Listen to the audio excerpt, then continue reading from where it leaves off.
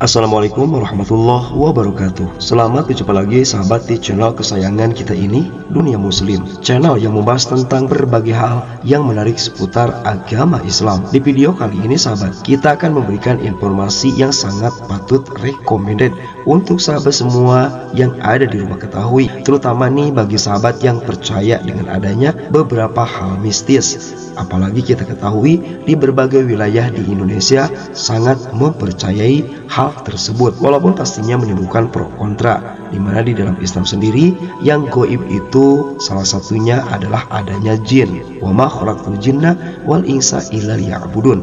Nah selanjutnya sahabat, di video kali ini kita akan membahas nih terkait hal mistis tersebut, yaitu 6 jenis tumbuhan yang biasa digunakan media ritual, pelet, dan penangkalnya. Nah ternyata ada sejumlah daun ataupun pohon sahabat yang biasa dikenal sebagai tumbuhan atau pohon mistis yang pastinya jarang diketahui. Sebelum kami membahas apa saja dari tumbuhan tersebut, maka jangan lupa untuk tetap memberikan dukungan kepada channel Dunia Muslim dengan cara like, komen, subscribe, dan juga berbagi di media sosial. Semoga saja dengan dukungan kalian nih sahabat, channel ini bisa berkembang sekarang, besok, dan di kemudian hari, dan juga bukan hanya sekedar menjadi tontonan, akan tetapi bisa menjadi tuntunan yang bermaslahat untuk umat.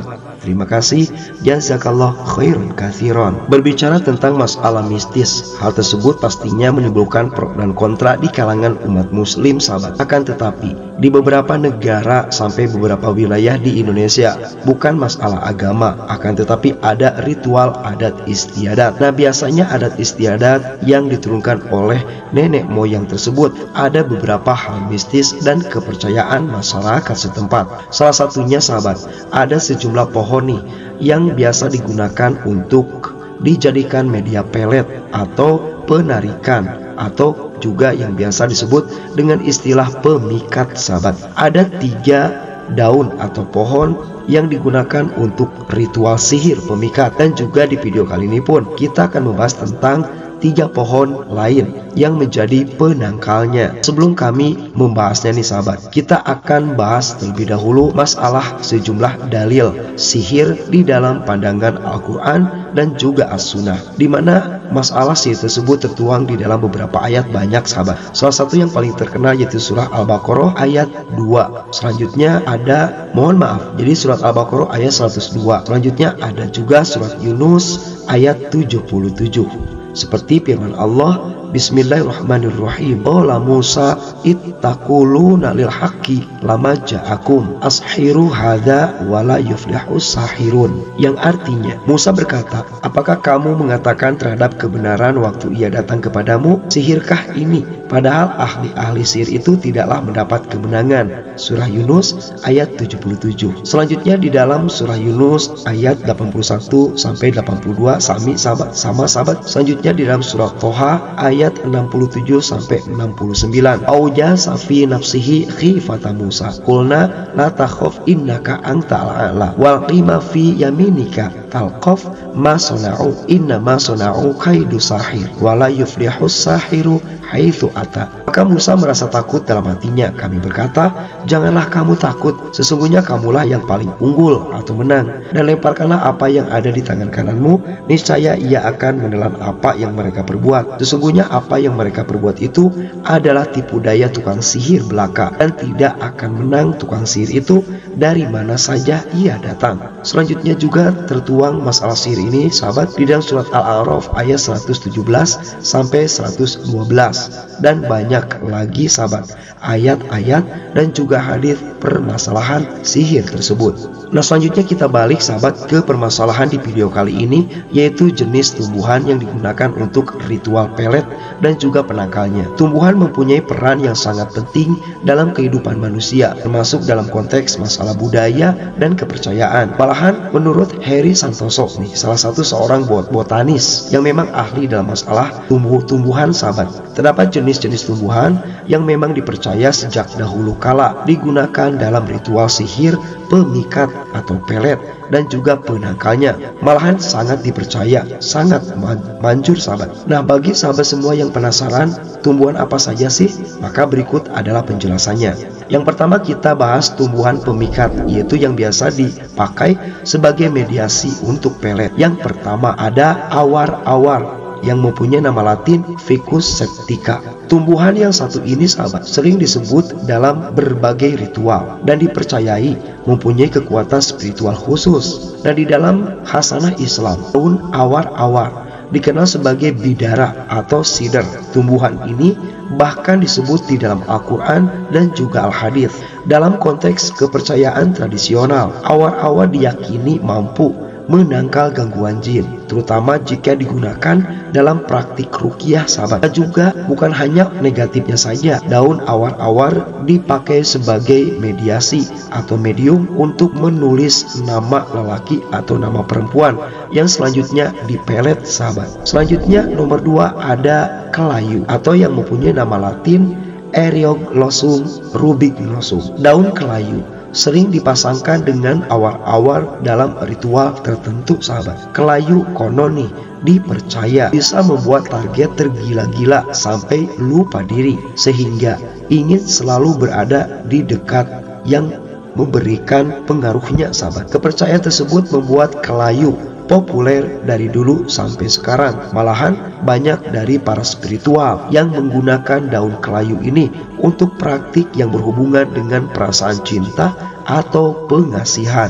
Nah, mungkin diantara sahabat semua belum mengetahui apa sih daun kelayu dan bentuknya, maka silakan saja lihat di video kali ini. Nah, daun ini sahabat memang menjadi salah satu daun kedua yang biasa digunakan oleh para ahlinya nih untuk melet dan lain sebagainya. Selanjutnya nomor 3, pohon kesambi atau yang mempunyai nama latin Scleikera oleosa. Buah dari tumbuhan ini yang dikenal sebagai kecacil dan mempunyai warna merah mencolok, tergolong menjadi pohon yang langka sahabat. Kesambi dipercaya mempunyai kekuatan magic untuk mempertahankan hubungan yang hampir berakhir. Malahan menurut Heri nih, konon seorang suami yang tergoda wanita lain bisa kembali ke pelukan istri setelah terkena pengaruh kesambi. Biasanya para ustadz nih yang memang mengulik ahli hikmah nih, mereka akan mengkombinasikan antara rajah dengan daun.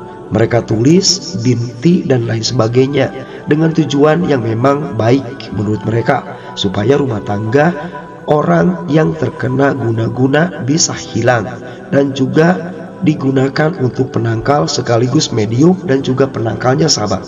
Nah, itu dari salah satu urutan nomor 3, yaitu kesambi. Apabila mendengar kesambi maka pasti identik dengan Cirebon, yaitu di kota Kesambi. Dan ternyata memang di daerah tersebut mempunyai dulunya banyak dari pohon kesambi. Nah, selanjutnya setelah kami membahas dari jenis tumbuhan yang digunakan untuk ritual sihir pemikat atau pelet, selain tumbuhan pemikat, masyarakat tradisional pun mengenal juga nih jenis-jenis tumbuhan penangkal yang dipercaya mampu melindungi dari energi negatif atau gangguan mistis. Di antaranya yang pertama ada palem waregu atau yang mempunyai nama latin Rapis humilis. Palem waregu biasa ditanam nih di sudut-sudut pekarangan rumah. Tumbuhan tersebut diyakini oleh orang tua dahulu mampu menangkal gangguan roh jahat seperti roh halus dari orang yang mengirim, selanjutnya energi negatif dari hewan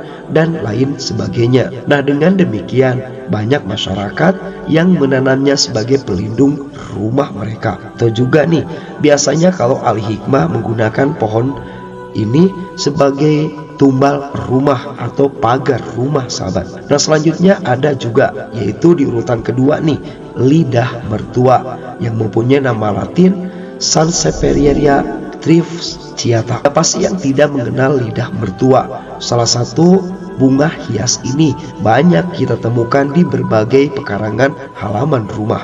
Meskipun lidah mertua kerap dikenal sebagai tanaman hias atau filter udara, sahabat, kan tetapi ternyata nih tumbuhan yang satu ini menyimpan makna lain dalam kepercayaan tradisional, terutama Sunda kuno sampai Jawa kuno, sahabat. Dimana diketahui apabila lidah mertua sejak zaman dahulu sampai sekarang dipercaya jika tanaman ini adalah pagar hidup untuk menangkal vibrasi buruk dan roh-roh jahat yang ingin memasuki rumah. Selanjutnya yang terakhir, sahabat, dari 6 jenis tumbuhan yang digunakan untuk ritual sihir, pemikat, pelet, dan lain sebagainya, dan juga penangkalnya nih, ada daun bidara atau yang mempunyai nama latin Gigipus mauritiana. Nah, siapa sih yang tidak mengenal daun bidara? Semuanya pasti sudah sangat kenal. Malahan daun ini menjadi salah satu daun yang ada di dalam Al-Quran, sahabat.